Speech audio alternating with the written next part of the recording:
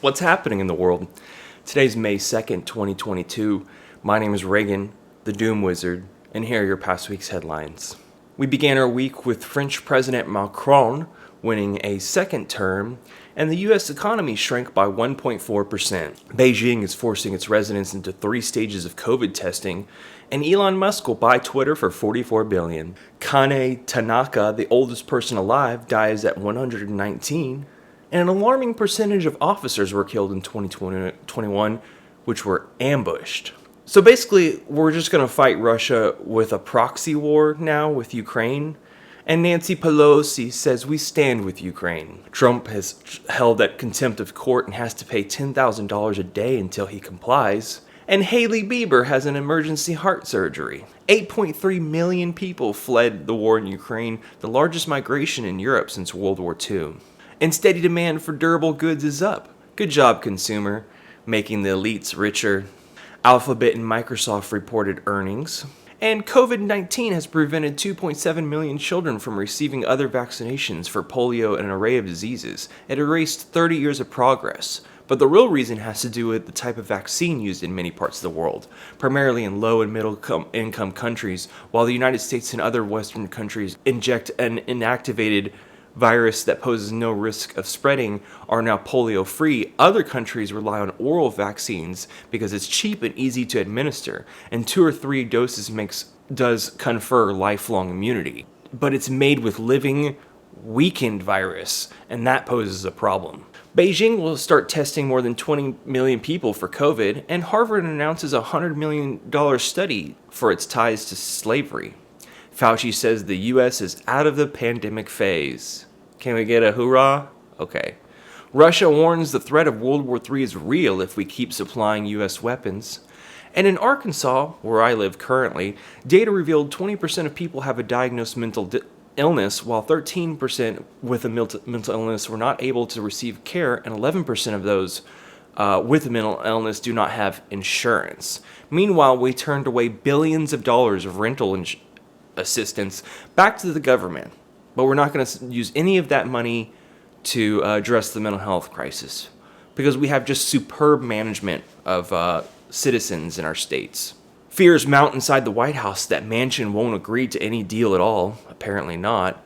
And more than half Americans have been infected with the coronavirus at least once, the CDC says. Russia is cutting off oil in Poland and Bulgaria, but sold a shitload to India. Congress Hawthorne got caught with a loaded gun in an airport twice now. Does he get it? You can't have a gun on an airplane? How hard is that? I don't understand. But the rules don't apply to Congress members, right? Pell Grants are expanded to prisoners, but now Biden wants to do this.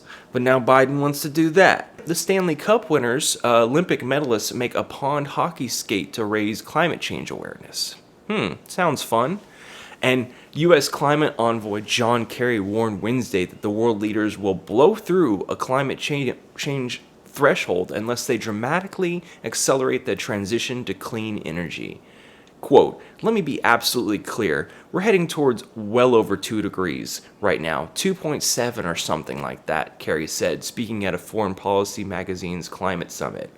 Climate change could see 4% of annual economic output lost by 2050 and hit many poorer parts of the world disproportionately hard, a new study of 135 countries has estimated. Life-threatening heat waves arrived in India a month earlier than normal, shattering temperature records with highs reaching over 100 degrees, and it will only get hotter. The worst of the heat wave is expected late this week into this weekend, with high temperatures approaching 10 to 15 degrees Fahrenheit or 5 to 8 degrees Celsius above normal across northern and northwestern India as well as parts of Pakistan. Over 1 billion people will be subjected to excessive heat, 10% of the world's population, according to Scott Duncan, an extreme climate expert. Little to no relief will come during overnight hours as minimum temperatures will not dip below 86 degrees Fahrenheit. Samsung profits soar 50% on chip sales, and a couple was killed after trying to craft a TikTok trend.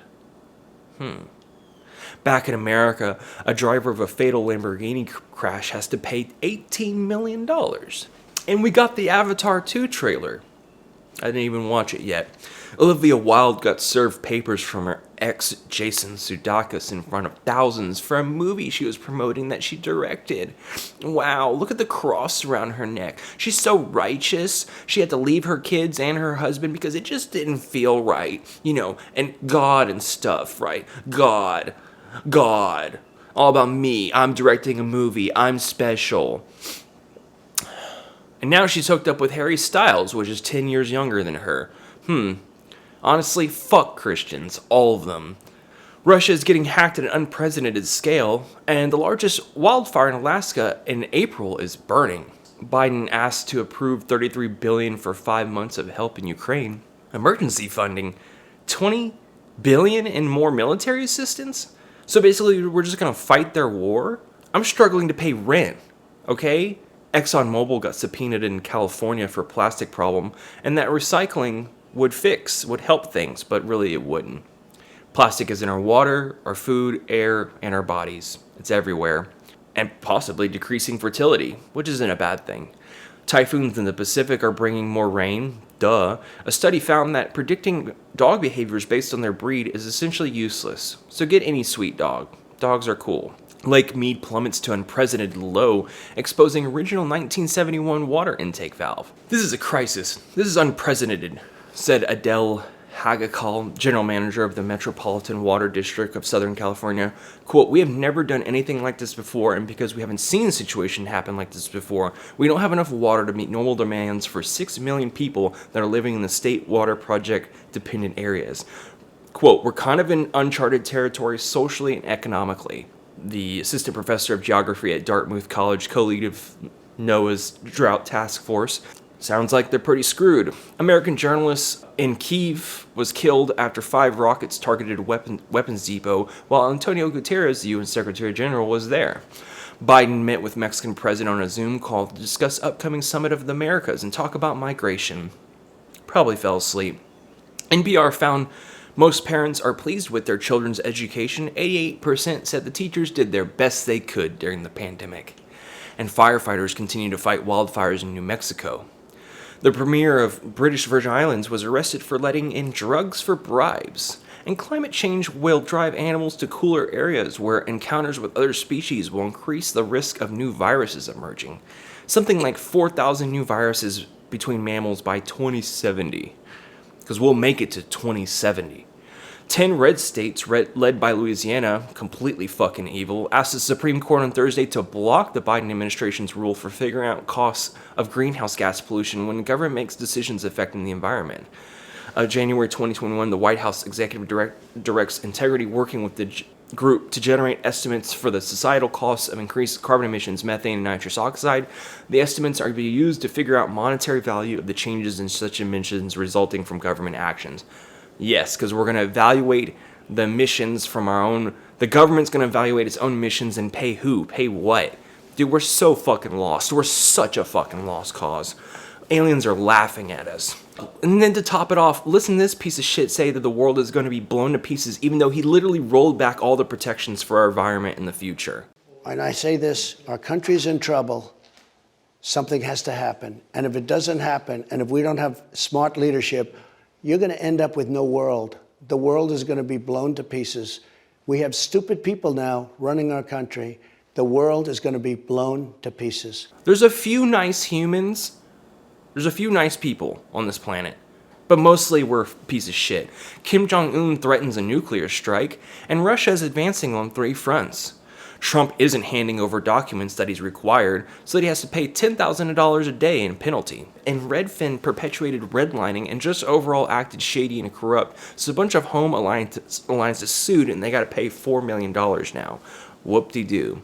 Tornado in Wichita and ruined lives. Ecuador is in a state of emergency. There's violent crime happening all over that country. Firefighters that are paid by the government are paid only $15 an hour for 16-hour shifts fighting the climate change disasters that we caused. Water in Las Vegas is about to run out, and 200 or so Confederate supporters met in Georgia in front of these Robert E. Lee carvings and war generals and clashed with anti-Confederate supporters. And last but not least, what's the dynamic between captors and captives? Because FBI and other organizations are looking for a correction officer who left with an inmate. Their car was left at a nearby shopping center. Where'd they go? What are they doing? Well, folks, this has been a lovely time with you. This has been your May 2nd, 2022 What's Happening in the World update. I tried to cover everything this time. I did miss out on an important story last week, which I caught flack for, but excuse me, you put on a news program every week. All right? It's no joke. Go to my PayPal or Patreon link. I'm a little low on Patreon supporters right now. It seems like everyone just moved over to PayPal. That's cool. But every bit helps keep this program going, and you know the deal. Hit like, and thanks for watching. I'll catch up with you later. See ya.